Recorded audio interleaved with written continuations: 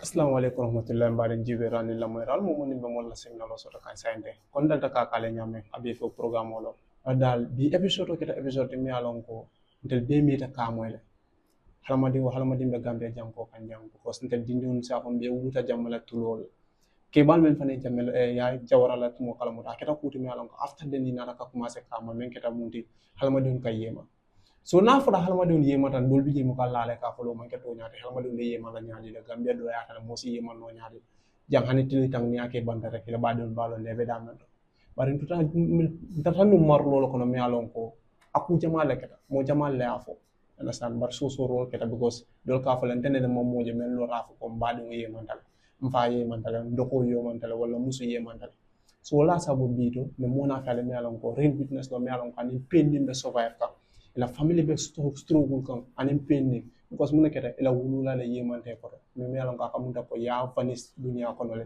mo mala be damin do mo mala condition no akata nyani wa jani be tamila nyato folo be mun kala wala nabula anin bari na jibirale no maria baraka welcome to the platform understand baraka bake swali yeah in video so sinyo kondo nata from there assalamu alaikum mbadi jiber lala kalbe konto ka fale ko ala baraka bake alla jiber ko nyimala to mu mariama fata jolete. Thank you so much mariama and then okay fente mi alon ko beni ko yalla be masala be mi alon kal bole leaf kam understand because ndel salon no le because be reading no ba men be jibero la sante maybe wala be kala first time be benn la story nim fe wala mandin kadi mbadi ndol be men yalon ko e man safero rido understand no ko yalla ba sante me men kala wala mandin ko ka ko nyame ne continue nata straight to the point la wala mbi yalla ne ka ko e fama yemanta ala yemo ne mbitema ay wati dantal par fulo mo lafta ka mel lom fulo wala mu tresi muna fono mo le fama la karola men keta comme ninko onko siakati ala biyon ala disappearing and then lafta kalu na comme jumalo matati ne ase fada tu wala adamu don So abaraka bake swaibo siaka lem mfamati siaka fata jo wala la full menti sabatita batabut kantorale bare utologu originally mbota badibule mamale botanang badibu anata almame yala foni atarata woto tel fama wuluta wala to tel fana wuluta wala to o kamma fama mo opposition oti ni yalon ko aka United Democracy Party aka wala support ndung amala opposition ya mabo aya tandile o kamala wala nata sababu akitala nyiye mauti bari fama safa basically petit trader lam aka minke doro wala mbayoti aka bagasolu sang kata kombo bicycle be no abulu braba bidinte be nyafano kala bicycle le babulu no aka sarse keso sota ka ko bicycle ko mani nyato nyaajala bicycle design nyame ko mani nyato aka watike aka samasile sita wafiro ke ayna ayela wasamo ata falindiro la ay murunnan ay wala ke ala entire life anata sawu ay rayda soto ay fonyo ka muto aka tultetal le wafi tultetal samatolu dinni fengolu tulolu anata sawu aka bore wafu ke labanta wala kala fo janni nyimbe bekelal so basically nyina mum famati birimbe ke bala na nyafano kono aka nyineki baraka bake and then ilo kumo namera keta kumo mi alon ka sahaya bata wolom like a brief of him keta moti mi alon ko ala dimbal balunda talola understand from day one a hustle le fala dimbal be balundi fo be menta ko inyanda kana fatu mo men then inata kumo fe mi alon ko kanyita ne ko no mo sani men connect no wala mala disappear mo sani men connect no wala aketa opposition oti mi alon ka farman zanda and be alon no to mo la opposition no ka treat ni amen banko kanyen sakanto ma la seriti mo la karo so sente ni ke nyinin ka comme ifama ila last memory of him like because ila safero ko ne ka nyita ni mo la comme around February 2017 ne fama ta kala ku kala mutaw so ilo safero ko ne ke nyinin ka muna mo la last memory mi alon ko te sir wala remember no any fama la encounter before this. So nim fama la last memory no wolungo min fango abata suwo kono ala disappearing kola len ka connect maybe ala be o sign so le di kana kontaje la kote ko lun sa satale kan konta di moyem muta ay si sew muta parce que musu fula da babu mbama nen nandi ay mbama ki kombo ni manyina ta tala borole sana parce que mbama mu no soleti atata la borol le sangayna pour aka wafiru minke wolungo le fango ako nandi ko ay sisio mata ka fay ko duran tabi yente table je mbita tinde tan nano la nana ntabe laring mbama la salo kono mbama la bungo natata ibe nakiri nyola basically so belare wotale ayo kumo fu mbama dindi akonte ko yalla ni sasa tay ke fango bulala ko be fala le fisi yalla ni mo kan kono to di mo dara ne te capital way nari mamboto fama en signa sabakele ka ay rayda pak damen bedo kono enen kata la bungo kono aya kala signa fula to an fo malaka nyina min la bungo kono ka murum min kata jibe kana way ay signa sabakele kata kana mbela ko ka ha malam bade ya nyina tamunala so na last memory that day mi alon ko min fama share wolu nen man na ko teke wolu nen ayemanta wol benda on the 27th of February yeah on the 27th of February wala kete la last memory and then ni ku ya wata was ni ajibe mo me fion fa kala dimbale ko albalu ni na alenta tatu je nkata ni lan kana yalo mari ma expect ka foko abita kan kulela mota fono la ka foko awula kala mala wala saba fani e fo mamu because na tari fi mante ko de mamba kala bari fenne dile ko ala tabin nyende kanale ena san alenta tatu je yalo hamone muru wonana so mo mondi mbola muru sunne basuna ni fennel ena sa so sant kenyinin ka woko la kabro ko be keta like when did you realize ka for ni manki ka for delayance da manti but appear disappearance government because nalan kabira tata ale mun effort leke ka reach out ka la where about long fan nata ka realize ka for ni manki delayance ni manki ka for ko abe delay tal fenne amuta silo kan ten ten bari ni yeman talen tajela no ko so one thing about Mfama is ala telephone nana buka fa ala telephone aka make sure ko aya charge e ba fla ko ya call network ko maso because abe kasa masle bari ta fla ko nga call telephone do fa so the first red flag nte mun soto biri nga call ke parce que biri nandi nte labanta na sasa labanta batande la nandi en samba sibano lopitano to wularo fo fitri ko la man na moto soto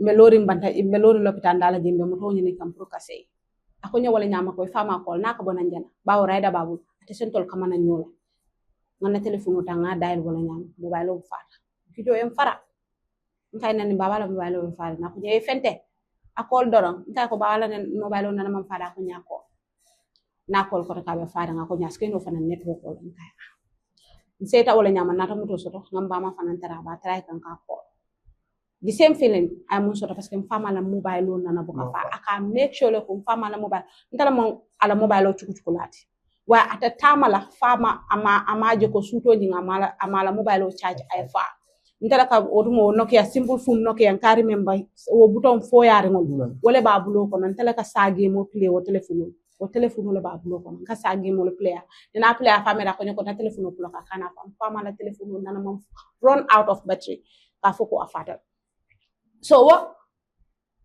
ngamba matara ba try kan kari chaut way mama mo le nyalo ngam la ka panic dun tolo so aske no sobe kula one thing again is nim Fama tata ka foko mbena na tata wafiro la ka foko mbita la wafiro la malo lunjuma la bina kana expect bar na ko ko abina la na yeso ko ka kol kala ka foko me safety mina kan akaw kala so update man di ha ka make sure ko family man tara dewndi parce que akoto ma bakle fakle wala dewunda mun wala to always even before you call be ka fay ko customers man ko lat ni yanon ko a safety ila tanyi dula wato wate kataje wafiru la man je nyala ko ma banda juma ni tata e kam meje bakale ni tata e ka update sol no fonko di so wasifalum Fama buka ta fo suwe kwan ama update di ka fo moli ko abe okeri na binaka na be silole kan ala bicycle lole sota waratem akaw make sure le ka akawake so biri wo update sol be man soto ngaje ko maybe something is wrong somewhere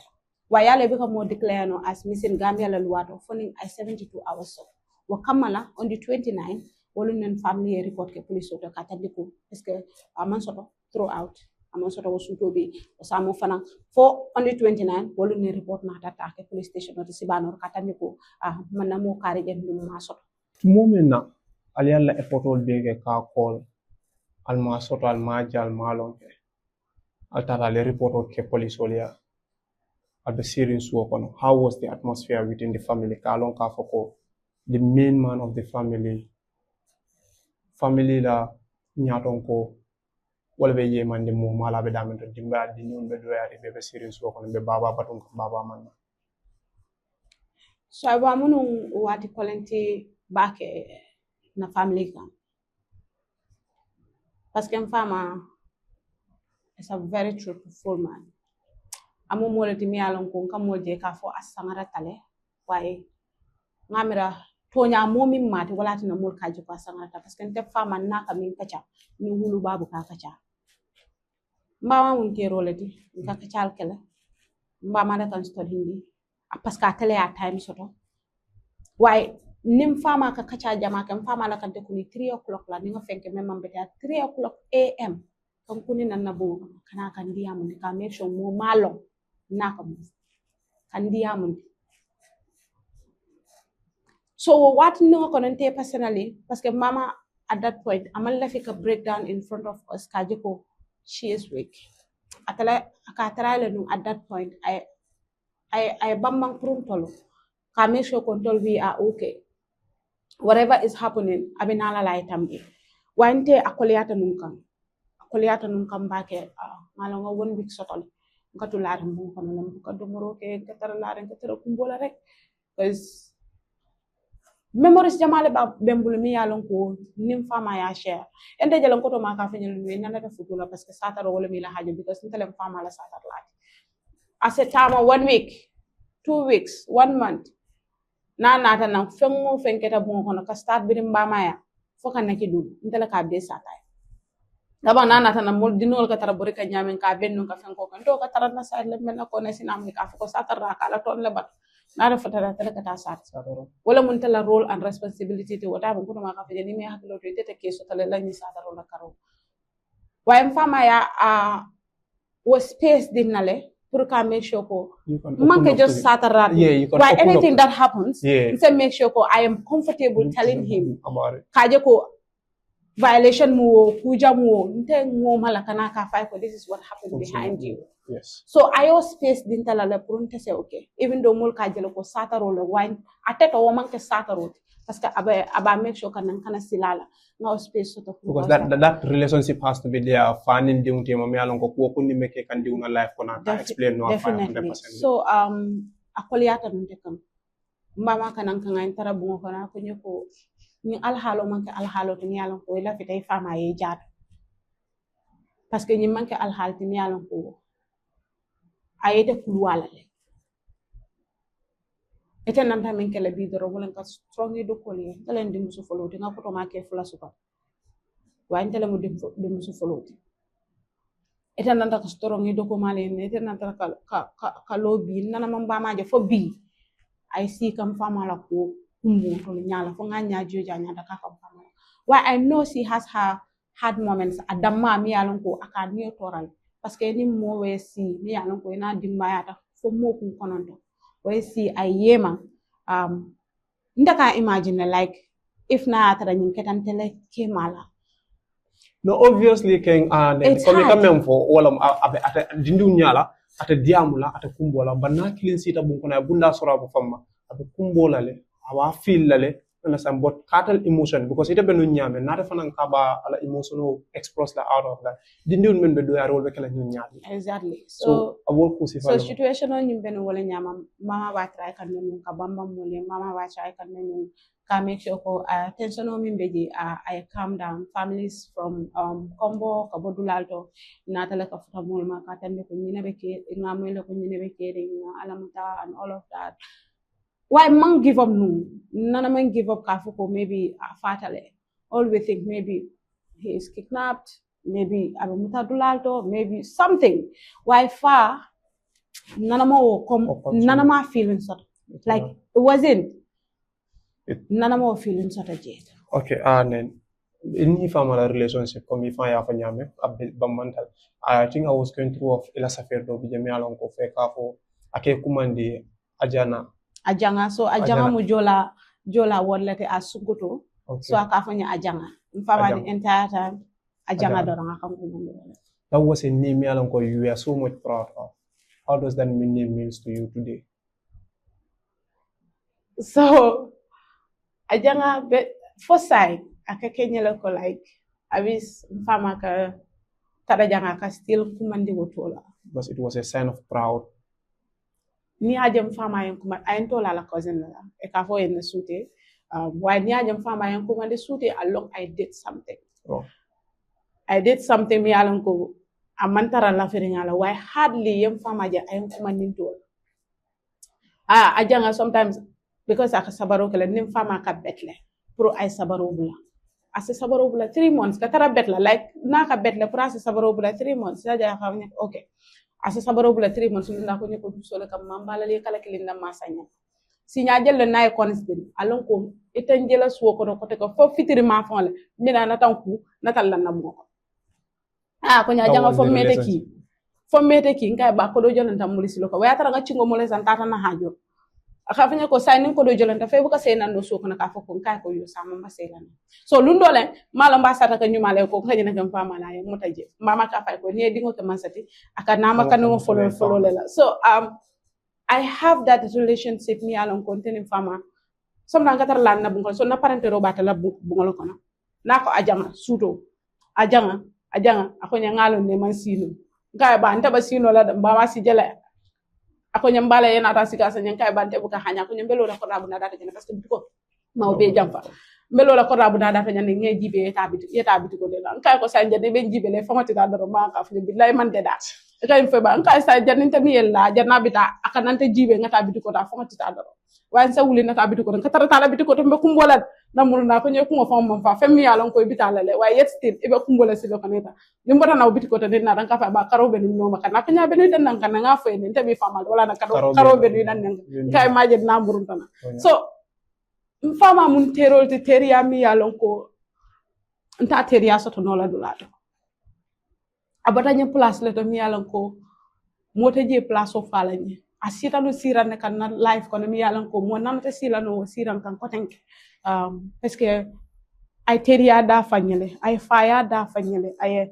alfa ya da fanyele fama subana kata suba salola le akan tol be kun pour nga wuli nga suba sal so na batana suba ta enta tara la nga kana lo na bunda ajanga fa me kuni ba o khatara frike wata somta nga ma be bunda ba yela la frike nga njola laranga ngam fangolo ko be salola ko jey man sal jomuta ni man tambiyata asal jomuta kake so si jaajelo somta sa ka tasa fa yo fakata kan kuni wala parce que tasa fa yo kadimi na da ko test sa jam nga jilaran ka ko nyoba suba salita mal ko so na wulila so that is a very strong connection because near connection or jibe kanyi tan le ka foko ni fama a good strong connection or sort of because wo appearance fal comme fa ya fa nyaadi le ay dula be le fay sa menna ka kumoti wolam like how has his appearance disappearance changed your life in generally now family it has affected them but you love to break it down.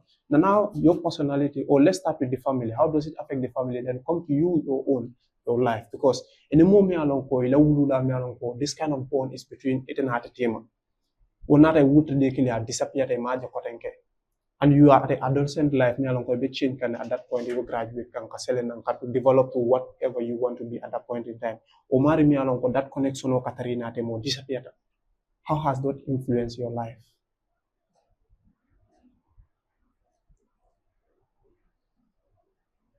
So I remember famala kumo falale for so many days dabana donc ay mantoro minke na life kono asiata why kajele ko atela fila ngake fenti mi yalon ko maybe ala boje wala atin keta wanyama ate kontan la la karola so I keep pushing on ngafo ne ko alhamdulillah mbama mo konanto ala ya harje wala la mi ala ko be babal bure nanding ani way mo kum fula soto so fama la karola to mo tam anen kili mfama natake moti mi ala ko ala dimba ala ko amon fe ala dimba ala ko mfama la wuli la somanda kada sa mo so de dan to be ay da sa mo kun to be ay ti de da momo ayela da samo dila yadum before ananta tala min kala ya once in a while mi alon ko amam busy akaw ken to ben So sometimes ako weekend be ka expect le o da samo lan ka singa batu na man so ka ba fo bi bu kana da samo da ka ni man pusinda akana tambale ta kino kandini. So was also a killing na ka odeda in his entire life. Come family jaba so aka menta ko ni jimbo do rankeje. Why that taste of that sauce? Never. Nana masoto and do just jaboleng dulino adi mental lohati aka walita aya slice aya deda la fourne kono ala bunga kana ka ataya kamino ay muro sanga ya be so sun tolbe na dasa. Amazing. Wayan kaje la ko wadia aka kano min keje a dingol la obviously for dasa mo se dia mfama fele mi yalon ko ay badi ya kanule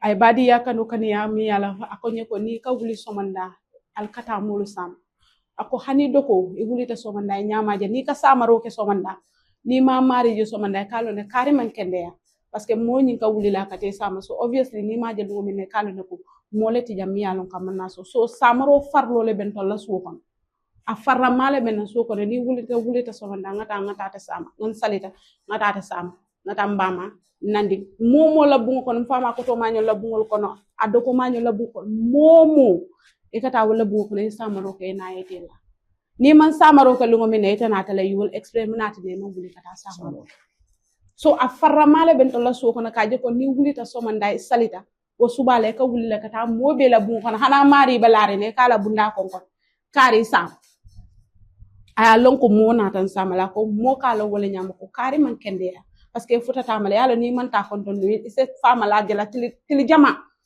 ibaje parce que imalong abadamente buka ta konton so fama la yemango aye impact bale soto tola family to soto mante kam fama la katante jibe school ka jibe na academic performance my behavior in class my behavior in school sometimes we will ta sama nan kay ba lunch ko nyembe tara school ni lunch bu katan ka batul atele kana lunch dan dan school eta principal la office ka nyun ka of my attitude na class teacher sol na classmates sol momo na badmate sol yem famalo parce que wala mu atela role and responsibility kaji ko tol we are doing well for ourselves wara abe min je kan tolto so ko yalla dino dol se pretend eda bonan karam wote te mun kala je e kam mun karam ngata ni nata so ko ne ke fan serious ndi wata ni fata karam wote kam min ke jaman ke wote so faman taw moti mi alon ko abe just e kam mun ko so ko na bo dor ne jel wa ka make sure la follow up e be ku dol mi ke kan karam woto fanan kaje so wol be man na soton to le ko te ke sako ndoko mal at least nte graduate tan grade 9 move out la kata fo ngana grade 12 complete birim muron tan kana holiday la ni ko hapunta jeto after the grade 12 results batum kan I felt like okay alhamdulillah at least in a grade 12 banne ndoko ma dol mil tuta je yalon ko man ko start why not a chance dila then I left nata futu ngaji ko matunte responsibility talamba maka nte bondiji ndoko ma dol ye chance fanan soto at least if I certificate kilin soto bawo Gambia la doku soto sometimes the grade 9 requirement like sometimes grade 12 requirement so for a certificate killing soto mi alon ko fana batande la they have been in school wakama ntola last born amira he was 1 year something or some months birim fama yemanta odino benen talabulo his entire life before I am rentala babati ntala ka nyina fengol ku ngala fengol pas la hane kawasol nka pas na ma ka fanyo ko haji tetan before nka futu wodino benu entirely under my custody Dr. Zakir Naik aya tola wala entirely under my custody ntala ka dino yin to to ntala sa aku nga fenke nyaje he is just a photocopy of my dad so ala keba kan ayen tele long as abama ayen kemala long as a farmer so nata ta holiday la mama fango ya do fama do ko ma nyindi aka fo o en comme kari fama mama la bonde wodo ka tandala ko ni fama ni fata mi fama so ludo fast forward beje ngam fama la netalo frame nga print out ako nyamo mi mi fama ten ka ha ako nya fama nice da fama munto ngande fama dan ka tamata ako nya fatina lan ka ya binala wulita wala nyaman jutana bugo kono. That day I cried. Kumbotale. Kendeke kaje ko nyimam fama la kano soto. Atamang loki dara kan fama la hana kano doman bingo soto. Fama bukat hanya no dena no la. So ni be dena no landila ka be fenya mala landila ka ya landije. So abe kalata ye anu bobe kumbola tamala. Aba fala nene dingo sit way na tata fa chafuka. Fama ka nganya digol la. So atamanna wo opportunity soto kam fama la kano soto. Akan niyokuya. So for me, it's not me that is going to tell him mune ketam famala parce que fango intol fam follow malum follow mune ketam famala. How do you explain more year mental delay of 7-8 years or 9 years? Ata understand. So yema na karola comme ninkera melan ko aftermath of and then 2016 election olo me alon ko fama na disappear shortly after the election. His Excellency President Adam Barrow victory against the former regime. You understand? Ya jambeti kabira boyndino. If I'm a come fire from Nyam, Aketa Motimi Alonko is a very well-known politician that is opposed to the former regime. More especially at Atabla Diamond Alonko, you question his safety because the moment in Diamuta, it was a general belief to us that Fonyi belongs to the former president. Allah re-idealomje among opposition strategy, we believe 100%. So nata kita moti mi alon kabe living in phone akita opposition ota mama o mala threat to our life con because of looking at the way oppositions we are treated here. So do you believe our disappearance has anything to do with the political connection? That is so obvious. What was it? It is so obvious. Parce que mfama tata Barrow fong la inauguration at the stadium. Me along kai mo jama influence and for me ka tandela ko ni regime change ntol munu opposition no why any benefit that has to jame buka tambi wo suwala ntol mom finti mansa mo mansa doronnet and mansa is not going to be that selective of nimbe UDP le kon free educational support me along ko mbadi kan wala ila dinni wala ta sokam we were benefiting whatever support comes kurawol min natana we benefited. So definitely jame bukata mi foni la tol mom filtin na korra bunda da ko jame mi. And it's not entirely everybody in our compound that was in UDP ka foko ka karte ota ka di UDP la. Why at the end of the day namira no political tolerance nanta tarala no ko kono la why wo man na taraji. Tajirente ya la tan tol kan biri mi man kan niti. Why for some reason Mboka pare diam la bake media because I still have my family informed. And anything is possible. So why obvious tabake it was political.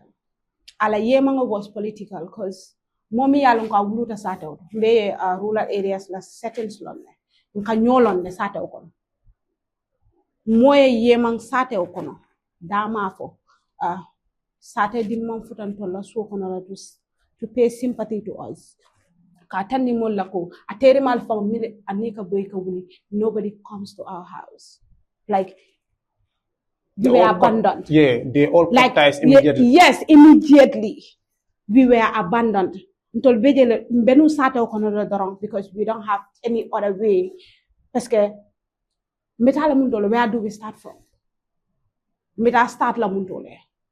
Nte move out no la mama la family ya no mala for her to move out ako entita no parce que dimba ya la bablu mi yalon ko ka si wandi ya ata ya lo jele prata da may si jewul okay way dingol la bablu ko e be la fele dingol e tara nyame ni be wandi ya inite keno la wonyam ako jammi password ti besi la jammi na alabatu for janning whatever information I mean moy. So obvious family disappearance and in the silence and the cutting ties of the community and even the surrounding of ibukata nfonyo kabo bulok for kalaji iko fatajo ima for fatajo jumal Mfama is known parce que wala mala hajote wafiro wala mala hajote the entire phone ita fo kasama ni ko fata jo doro mfama la bicycle na ka fintile doro e ka lon ko ni mu fata jo la bicycle ni waya tara bagasta ko ma bare ni bicycle ka finti e ta fo ko fata jo mi fama ala bicycle sute tala a to tanita way woman finti kana tandiro ken tolu lako kon ni ketal ko kamta ko they know something or maybe they were happy about whatever happens ala kulli hal ala da man nalo so ni keta ko mi alon ko ni al debut sonel connect it's going to be hard because living in a region me alon ko is popularly dominated by certain political parties ite damman keta moti comme ka example on ko ka even kodda kono there are people that are not aligned with you people they are in favor of the majority while at the minority la side ola so ala disappearance ni nata kene o sanke nyenga menna did he ever receive itala recurrence kono la dindi yat mo la minor for any ala any threat kala mutal ka fo there was any point in time I threat received before ala ni disappearance bekala Mfama has been taken to a police station atatonong ateri malaya kachala during that inquest just few days after Olen Ayemanda atata wala ya kachala den wo wulita ateri ma wulita wala nyama wo bunta la bu kana atu sirin jimala ateri mala cousin lam fala brother dingolong wala finta start kam fama ne teri ma finta wala nyama ka kare ya me de nyama ma e kanyi minne fay fulongola akaye ko fay mama ya ka jolal len ka nte mu jolal de nimbina janyaade la ka jola be pare tew moy nyaade le temin be di other side nte min be sirin janne saen atayala nte dunta bu ngolo ko na saen te nte man nendir kan moy te bo moy la nyaade anata ke problem ti ya samba please mana evidence because ateri ma ya tani la ko straight ko wo manke kutimi ya lon ko asotata nyin nata te yala anata be siri den wo ben nendiro ke la nyaadi la te mo moy ndum xana tara way nendiro ke o be jolal nen na nyaadi la te mu jolati den wo bro police case botala inata kumandiro ke alkalo ya comme political wo way banje why the main thing was pour kam fama has pour ka mobe say grief member juso ko ne sa soto no pour ka fire and he refused to entertain that awulita he walk out abenata mun fola ya fa he walk out akoy naatare mitinolo ko manina pour sate way kambe ngay ke kelinte I will sit down wa entel lamoy la nga sija mol kan disrespect I am not taking it and obviously mobile woti ni lafta sate way ke kambe kelinti e ba step la tala wa itela fila modol ka that opportunity use pour ke da fofu mol fay wata ke media ko mol fay amata he left and I felt that was the reason me along okay since akata damen woto la nyini ndulate woto kon nga bole woto I obviously because to nyala o keta putu me alon ka demo siara so kabirale case ni report si banor police station no for how long awole ta janin police will respond na case ni na and then what was the final response from the police about the entire case so police all natanale I think the day or after inatana nale with the little evidence mi alon ko waranna little suspensional mi alon ko ngasoto katani la ko these are the things that ntole mo soto pour alfana yalla finding wala one of the shopkeepers mi alon ko sanaw yalla ben tol nati tema tilibo ko mati tol mo badi ko so sanaw ya doro ne ben tema ni ajen tol ya diata la wara ku yata la bari tol katu tala jele sandiro la parce que bitiko le bata bulo kono tol dindi won fama fana hadama ya doro ne ben natem ni ajeje to fana sandiro hadama ya le asije so wo sanaw ya ben natem so that very day of on the 27th as wolunta be sasare ne report say iko I had dingo kina njele twice to ask for my father tol kay fama de nga wala taraji fama ko dokoma wakay ko fama man the third time afangole nata ako kari le kay ko amanna ako je ko di woko ita wata ay fenne moy wata nata fenne confirm no di police ka foko nyina suspect di maybe ay kula kalam wota kule mo yana ta kamin ko mam parce que wo relationship tentol na team woto na atara kuma la soto no abo fala no famay kon munatina ata fala woto nana ta la fayete nta ko mbeno nga fenkelo nana ta sedan way ko de wo koyta way suspicion no tan fulan jangom fama teri do bi jadingo wole nata so nda yen tarambe boli ko la fo febere ako nyim mamali kay ko mama abe konoto kay banna ko mande wona dum ta wala nyama ko kabinet to akay bir ngamo ko fama ye mandal ngam barin ko nda kolle parce que tata wolta fo fati de so la karumo na je kolle nata tanni mol na ko afutata fati de so la fo fati de so batta bara bota jito kon bira bota jito atata mun to hara rayda manji mobile manji fama manji tata mun to so niko polisol nata ol kama no nyin kama ba ma katita aketa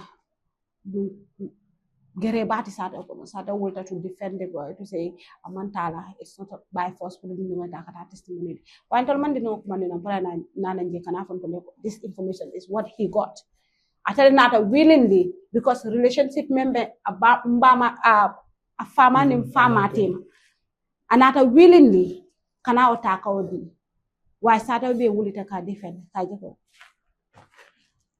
It was a whole lot of things. So do you think that was because Sate was against if I'm on a phone call in the work whenever post come back, or do you think they are fearful that the regime nimen testified come you have a clue about it, he testified and then was he Imarifana life put in danger? Because even though that the president has lost election at that point in time, but he was still in command, he was still giving orders. Do you think that could be a factor? It could have been. Like mika understand no how like mune jarite yala or mune politic jarite yala mune for senior me alonko you've been there for each other like mika understand no for say mika understand no like what was behind it even though ngalone it's politics why what exactly what did you gain after it? What did you gain? Are you happy? Are you happy that the family is going through a lot looking for him? The fact that nobody is even checking on us, nobody is coming to say, oh, we are sorry. Santo nila bafilita announce Jama. Not in my father's house. Jama mi along water last salidulat. Among announced the two swana gara. So things were so obvious, me along control, we are just powerless and we are hoping that the government was going to step up for us. They are going to do something for us. But the amanna ke policeman na any report dim to lami along is tangible for kajiko. This is what it is.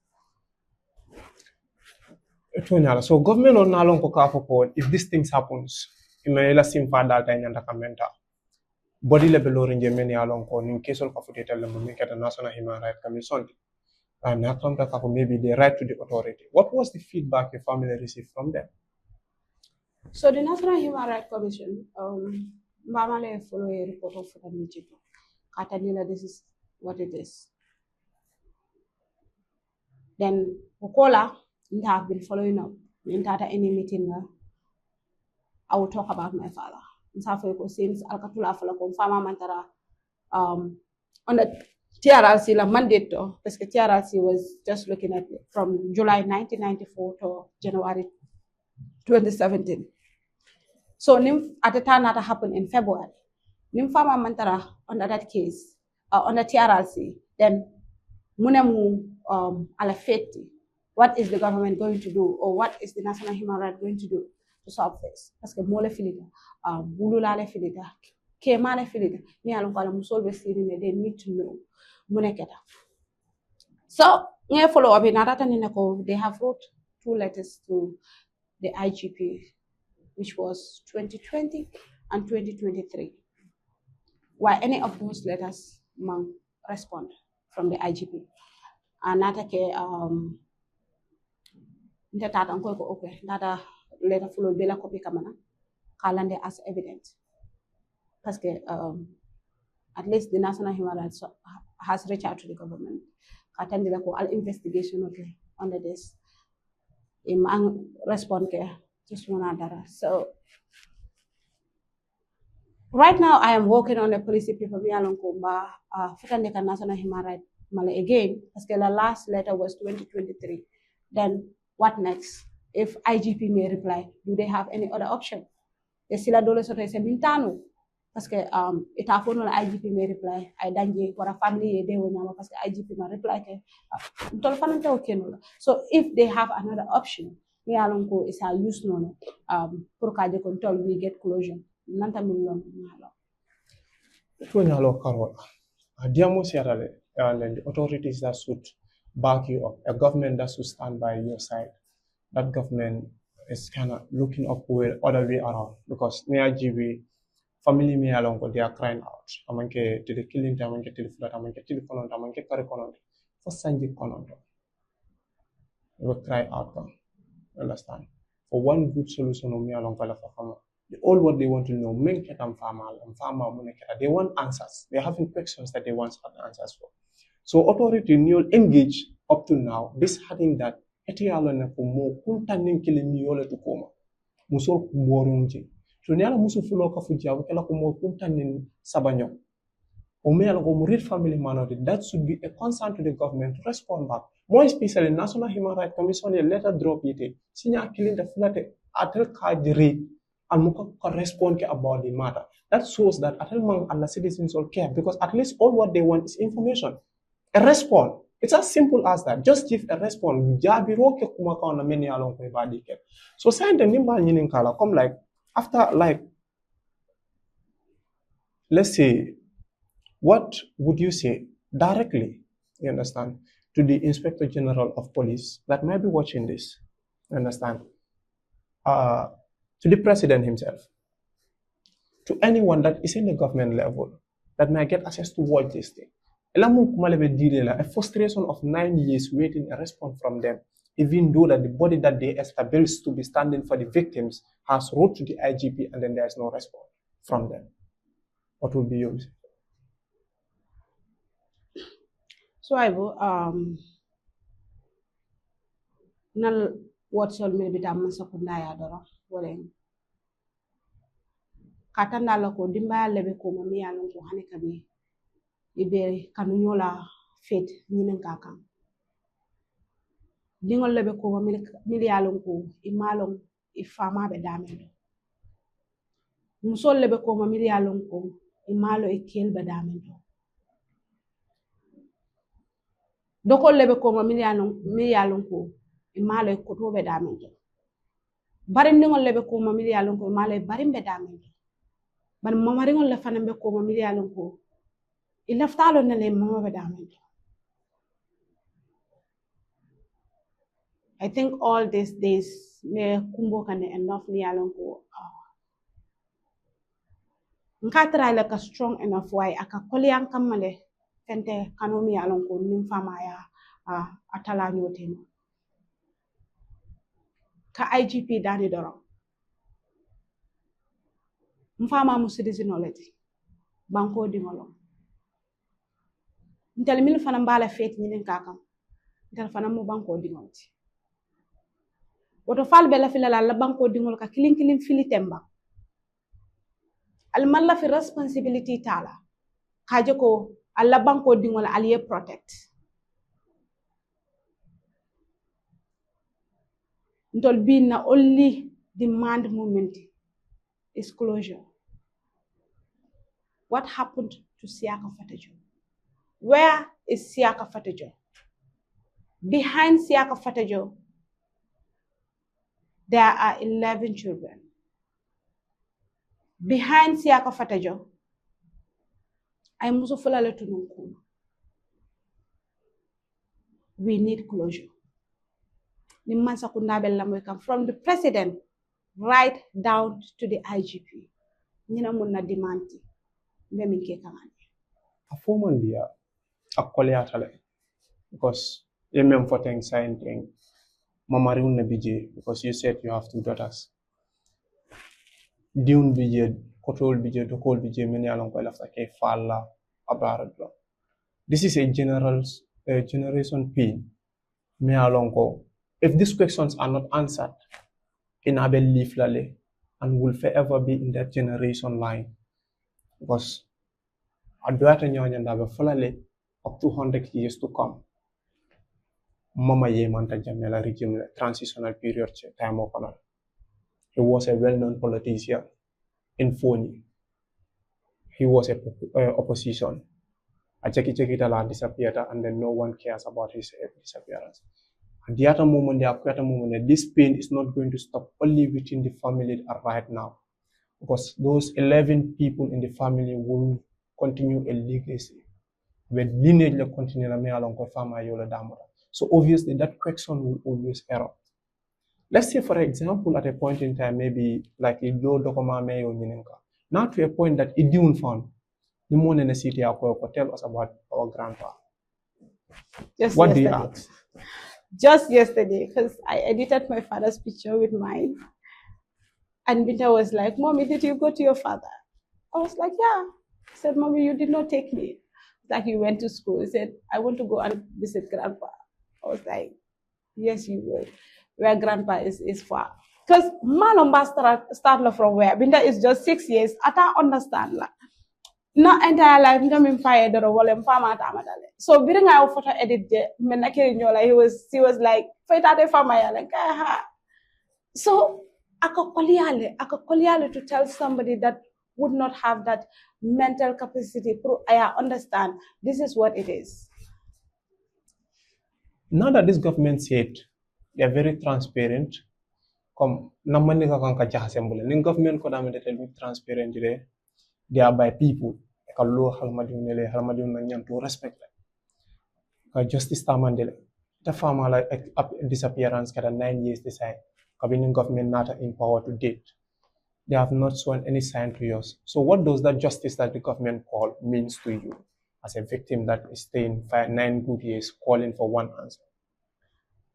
I think one time the Ministry of Justice reach out to Masakundale nanta special task force lola from family. But come to look at it, Masakundale TRRC law as law. Waya mole mili foko inante cheating de lale inante prosecute lale. Mojele prosecutor gambi. Mojele prosecutor bankaula banta family alon ko wolbe lafirin tolula transitional justice la. But modafala ko Masakunda mantara fenki kan transitional justice. You guys are doing. Why ila implementation is slow. Masakunda yela priority so le soto mi alon ko ya $10 million. So at some point, I will find a me along to recognize follow. I don't know when labor cook and to me recognize that will be November 11 victims or Hina Lopitano to Cabin Tiara Sila Jamano. Ye would Hanis have a Latin. The excuse is it all Kodo sort of follow Puruka a DNA test will Fureoli Dila Molula. So at some point, I know I don't want my father's name to just disappear as he disappeared. Because I don't want that. Why at the end of the day, it's Masakunda comment. They are not politically willing to do yellow priorities always. I am sorry to say this on media. Why we have to hold them accountable? Definitely. It is the fact. It's the hard fact. So if you have an opinion in anything, you can't say that. I'm sorry to say that's the reality. You have to pour out what is in your mind as a victim that is living with it. So let's say, Anne, do you feel like you families of forceful disappearance are forgotten in this region completely? Can you not tell that they don't even put you in the calculations? Because November 11, the victim soul Bakumbola Hadisai. How do you sleep in your house comfortably when you know that your loved one is still at the mortuary? Yeah, would at least Niabule do la found a bad in Nama Alice Yala Korki, but yeah, will hear you traumatized. A parate Kokodote Bulokon. They have other priorities. Me alongo, Nikatola, Kodija Lakabulan. How many millions they can invest in you? They can invest the Pruyatela Hajoluki. But the family will be Lari Bakumola. Will care. They don't care because it's not your family, it's not your blood, it's not you that is affected. Nimmansa kundala mo bulata nyulu kono wallahi azima you will see iba mungs iba step sol militata di wayalum family jello mi yalon ko ni nyaajol be siri dingol traumatized and they are mentally not stable because it traumatized them of what happened to their dad. This is how I killed your father. Same way I read Malagan's report to say, this is how your father was killed. That day, I don't know what I was doing. Town trip nga wala call kasi parce que muso tan tataki no silo kan nga fa. Parce que wala nga malom ba mu nekké kam. Din jamal lel bije miliyalon ko sainte e ka police le jele ke kelende parce que aka tay kele ko police le sita ka foko nga nyine ke fama. So itol malam police juma kelin. Masakunda family be siri ne miliyalon ko ni la nyaaji le ba siri. No mo man la fi bi yaka victimoti. Mo man la fi bi e kan ndamo ala wara ke kabo wuli ne ka fonta mo victimolity mo man la falam fama hana bakito be sirin ko to suwo kono every single day nka push an wala be diyalante bi nka finti nka kumbo ala wala hanim fama every single day abe lari nye laran kanten nka sika mbella fi la ka wala je wala fama ye fanya ko to na duwaye nga bade muslim bade nyala ko atamu muslim woleti wallahi wala be diyalante nte fintila na num fang kana kanyimbe mba ala tala le kaje ko fama ala aya min joyam nu wodum wara ni jo hadamadi be nyim banko ka iba fala so ndalata wala way ala ko keta nyame adiminata bono la bala parce que nta explain no la mo nta explain no la ndi nta explain no la ndoko man foni ke bayate fago ya lo fangolu feko this is what happened what I read somewhere kaje ko oh this is what happened. So definitely, ni agenda ba fintila media bi. It's been 9 years. Mbangani ko na tama ka mansa kunda mandanko. I feel like I need to come out. Ndedam farmer to bula like I disappear like he disappeared. No, I am not going to. Because nim farmer in a board may share, nobody is going to replace that board. Nobody is going to be there for my dad. That feel that space. So definitely, I am not relenting as a daughter. I am not relenting as the first daughter of my father. I am not relenting because my father loves me so much.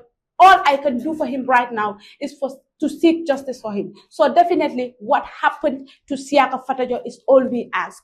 Mune keta Siaka Fatajo la adingol ba batun kanni. Hani sa illa fitalo na le mune kete fa. So Janin okay the powerful phone call. We have some few questions me along from Bella Moli Arapo, but Janin mita wala follow wala.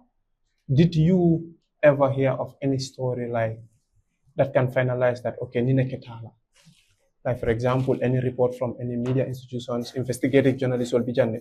Did you come across of any report from any media institution or any newspaper to say that okay among people that were killed this one was part of this and that? Did you came to any of that? So Malagan actually did an investigation in my father's case. Because my father's case was just out amantaranunti RRC, nothing. So it all not took upon themselves investigation, okay? In that time, the moleko lugomen na fongo captured olungolen yafa.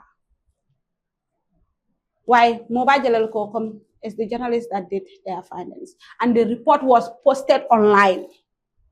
Mansakunda ta falako from the president warakabo duma kata. None of the government officials did not come across that report. Puru kaje ko okay, at least there is something they can lean on. Kaje ko itol fane further water. There is something that is already established. What kon mbatun continue wala ngajibe what we can get. They can do that with Malagan. Why? No, they don't. If a journalist can able to determine that okay he was killed, understand, was captured and killed on the same day, what of a government that is already in power? Exactly. So mkajeleko imang sola. Our Christ doesn't matter. My father being a citizen doesn't matter to this country. Because na atarako a matter they would have done something about it. Sorry. If I am sorry to say this, if Baro Dingole somebody attacked him, wallahi, if I make sure that Hanu will fly to America, would be caught. Because somebody very dear to you has been touched. And my father is very dear to me and very dear to my siblings. We are powerless. Niya deko government, because in Tolmano, we made sure somebody was there, or there are few people that are going to lead us. If your loved one is touched and you took steps towards that because it's your loved one, somebody's loved one has been touched. My father is my loved one. My siblings are also waiting. So do something. Warka Bake and then took still continue on me wrap up in the cake and sign the wall. A lot of Gambians still cannot understand this. Niaje Bafok and they just explain it. They will sympathize with you, but they will not understand what and then forceful disappearance means. So what would you and then explain to about them, like Alapin Binyadile? Just a simple brief to an ordinary Gambian that is not an authority or not one as an ordinary Gambian. How is the pain like? Since I came out, I think last 5 days, I've been receiving a lot of comments. Some people coming to my DM, Kanana DM, we understand this is painful, take heart, take this. Alata, alade kelo keleni. Oh, hey, nga alata le, parce que momin sita for 9 years, abe hold on to Allah's decision. Wotontolia alatale. Me balankam minna doro wolem famala toye fa. Atoye disappear. E kamera ko aman din soto dunia. Me balanka wolela. Fama e dingol soto dunia le. Wole atina me finti kam media. Enforced disappearance la dimin namu minti woleng. Let's say a bagway. All the info at least ika call se me anko a kariman tara barurin ila kulungo boita la fata.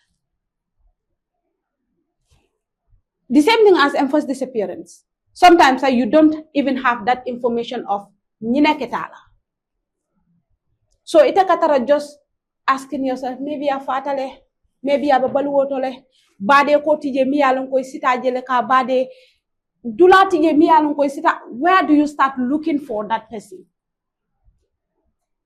Bagwe ni mo la mol filite ka kampol dula dol kolle to reach out beñu mo kari la ñine ka beñu mo kari la ñine ka ñu ka kampol la dula jiri. But enforced disappearance, where do you start from looking? Eka commence muntole atata damendo ba. Like it mbuka understand how, like nobody is going to understand whatever I am going through.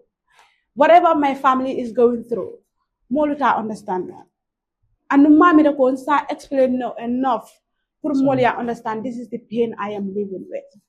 Why nsemi fono Gambian citizen only I've seen the solidarity. I've seen the sympathizers that you guys have reached out to me. Some of them have made daily call right now. Every single day, I post to ask the IGP tagline. Every single day, I'm still asking for my father. As long as they don't respond to me, I am continuing this journey. Hana is sanji killing letter, sanji fula, bawanga sanji kononto sile kam fama batum maje mbe sanji kononto talale luwolum ka fo mansa kundaye ko muneketam fama adbe dimindi njuso kono wala nyama sainten ko tem fama tobula nola ay tawa nyama parce que he doesn't deserve that. Fama does not deserve the kind of thing that happened to him just like that. He doesn't. So you are very strong. Ntana demo express nola enough for Molium understand why the solidarity means a lot to me. Allah messages also. Allah sharing of the information, asking for the government to say what happened to my father means a lot to me. So continue, Nina post, reshare. As long as Mansa could not manjabi, Nte Hanatara Moma reshare, I will continue to ask the government, family. Parce que bi te lolo Mansa Kunda ma lono nyim fama ndi te compensate fama di lan nak bi haniya fanyel ko ñu nekete fama la ate wodi minna bo no lambala why at least that closure would say finally ngalo ni ñu neketam fama. Mariam kera fenti mi alon ko ni fiya war baake. So sante me mem fola wolom. Just assume that your father could hear you right now. Ni pharmacy mo ino sante. Ite be mo makana fola. Babi mala fiye jakum bolade. Ila janga mala fiye. Ya nya joje. So I will famale come bute nga nya kasala. Can make sure I don't apologize again. Itala man lafi nya joje lante nyato. oto binte sonne njenga kum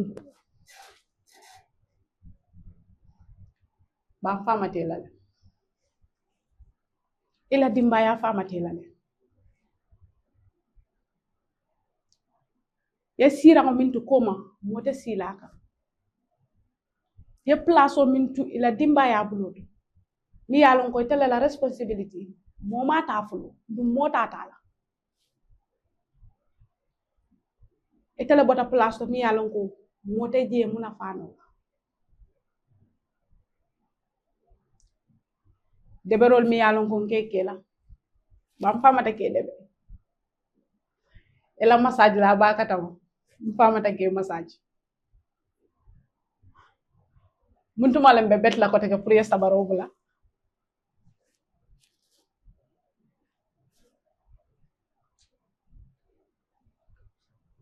e man e famata kan dan bitiko pour ngata sikase karo famata ka bulan numa pour ngana fay sanji konanto satarol bil bebe mbulo kono kombe satale bol ko satal lala munte son ta sata no la moy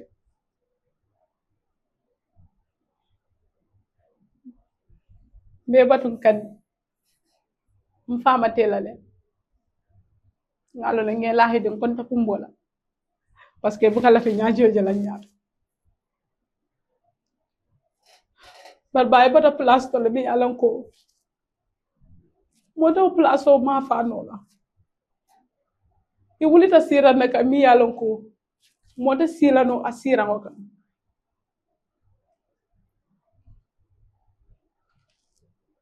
itele mudino kanun tawte itele ka afo molye ko la alala itele kan tolo fango bali safa sitola ilata alala wakama ebe dawoda safo alama alay kayro keje ni mantala balwota nak isem moyno fana alama alay yam foke kela junubolu be kafare kadimbaya mintu koma kebe kayaye ke samanya asone yanti pare ane kabi ka foy doro fama tel satare jam habe mbulu nanta kabin sate kacha jam habe mbulu nanta min kacha fama ta kadina koma kuma fama tel la ba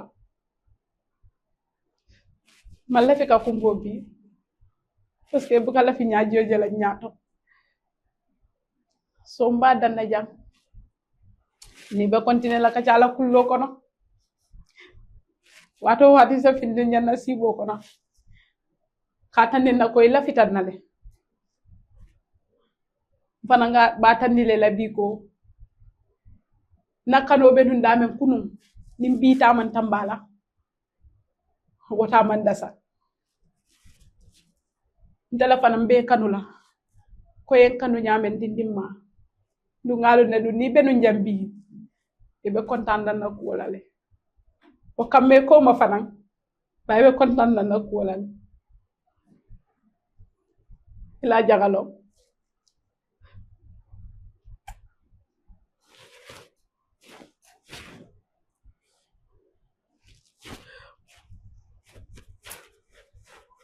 Tanni kuyani sunu ba katande because I can relate how painful it is. But nsi mem fone wala munyo ni sabarota ko mojama kam mem foye. At least you have a memory of your dad. Ina tulun tale na kaninke.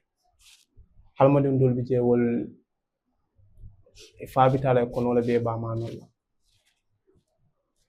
For people like us, we only spoke on phone. We can't tell you this is the person in the face. But men diminta beti olom ntel ya lon ka fo ala lewoke. Bariti ya lon ka fo ala la ka barata minda ni mola mi alon ko aka tilimbali alto. Wala diminta beti. ala dani kan ala male alla ansal be questionol be ansal kero kon so ka programme o soron on be kele la final statement oti jiberal men yanon kolle be jibe kam bi sante on be kele la kumal la bonti be men di la ganda on be kele la kumal la bonti gambia on be kele la kumal la bonti IGP on be kele la kumal la bonti His Excellency President. To the President of the Republic of the Gambia. Dingole be kumbo ka faye bi. Dingole ba fala tara dula nyinin kaka. Dingole be mi yalon ko na faye kano tala nyotema. Aba fama tara dula nyinin kaka. Be danila. Ni nyaaji mi yalon ko ka bondi. Manke ni nyaaji ti mi yalon ko ni di yala ka tin ka bondi. Ni message o fota tema. Wata ben jibe kan. Ba fole ko. Fota joko nan ko le jibe ba. Na family la ko le jibe ba. Siaka tara du la fo mole ba. To the IGP. Ya jele be step tala nyame ni kanunte wo nyin ketala. Lafte step ta wala nyama ko. Mo dole kanunte wo nyin keta wala la. Mole fa nyin keta wala ma. Mole kema nyin keta wala la. Nyaaji manke kuti mi yalon ko mo kala fi abondi la bondi kensa na wara kana sympathy nyini jam. Mol ka nyini ka for reparation signed because reparations me bekere daman solar reparations are signed man solar reparations. All I want is closure and justice. Alta fendi lanta la bi ñun dunia mi yalon ko sa replace farmer was literally giving me everything I wanted. Everything, marriage, why farmer had kano doron. I was grateful for the little he was giving me. Nta nyamambo mola sate okon, ntola sate okon, and everybody knows. Ntol nyamambo mo. Adiyata damen ka domo waleto. Anyinyata damen ka dum waleto. O man chen nak. Wale lafitale ka long fabe damen to. Musole be siri men ka nyinen ka kebe damento mama ringol le be siri mili lafita ka lok mama be damento. They want to have memories hani mi yalon ko mami tin kala fe ko this is who your father was a fatale tenin wine ta no la because malo munketa. So IGP ni President Adama Barrow mbe danila alaye kilaye mbe danila on behalf of the other 10 siblings, on behalf of the entire Fatajo family. Please, where is Siaka Fatajo? What happened to Siaka Fatajo? Can we get those answers, please? Jiberlal nek ngalo ne mo jama ka kumbo fi kal hakke dani dorom mamin ka mo kumbondi but hadama di yabo wala nyam ka fo mina who feels it knows it ni aje kanuntel e kaje modo reach out fam fay na nombata ko nyente bama fata fama fata biringela video jom kumbota parce que ndem fama jele a fata nga bade why iteme taje ako nyowo dimo benta bala iteme taje I can relate how it would have affected you. Wakama Metare Young as a sister, as somebody who is having the same feeling that you feel, but in a different way. Wakama Kafa Beli Albeko, Allah solidarity, Ngajele, Alim Mako to call onto the government. Alim Mako Kamansa Kunda Kafoyeko, Muneketa Siaka Fatajola. Muneketa Siaka Fatajola. Muneketa Siaka Fatajola.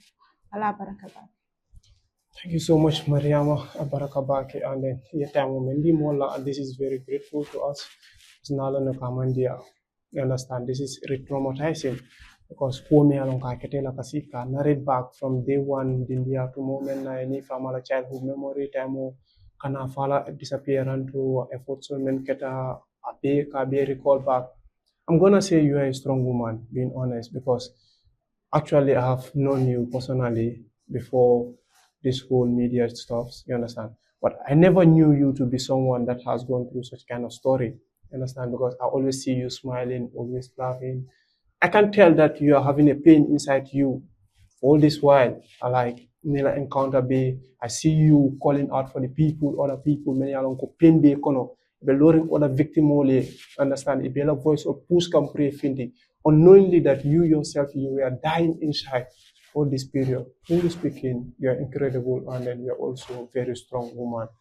I'm gonna say you are one in millions, understand? Very strong woman. To all the viewers out there, thank you so much. And then Malbe Tentula Mbaljela, Allah Jibero, Allah Lamaiku Mala Police External. Santeng Namera, Mota Sila Gambia Konaje Bafala, ebe disappearance doubt la, or Yeman doubt la, because mo felentirin Jamialan Kasita explain ale Pabirin day 1 up to the day Z. A farmer disappeared nyawen. So Sante men ka for the Ken or Halamadun te Yeman no la Bankoka. Halamadun fela Yeman ta Bankoka, Mansakunda by Yin Kaka, Quexonola, Olam. Mune ketanin abe minto e ma jabi no sani kono journalist ol wulta yela mamonke ya kullo dol fi mamandi e sobita men na yol fintini yaadi man sakunda man effort ka journalist ol contact ke nyinin ka man sakunda ma any effort ke from there the siri be munala ila on political movement oli bolle ke ka be la on political adventure leta kan but up to date family be sirin ko mo men yalon ko ni ko ani suno be sirin enim peno be sire sanji kononto comme na fale nyame sanji kononto manke til kononto te do amon ke kar kononto ne din ne soto bi na wulu tay sanji kononto soto e lote ba jibe wafla na ke keta kamban bala ti say so e wafla nyame din keta kamban ba to nyam sanji kononto ni moni dimu be sire o dimu yalo waja be la bakel so mba foko man sa kulan kole ba foko jiberal mo mon de nem video soto ni dan ya janjandi as much as possible ni ba folam maje nin man safero understand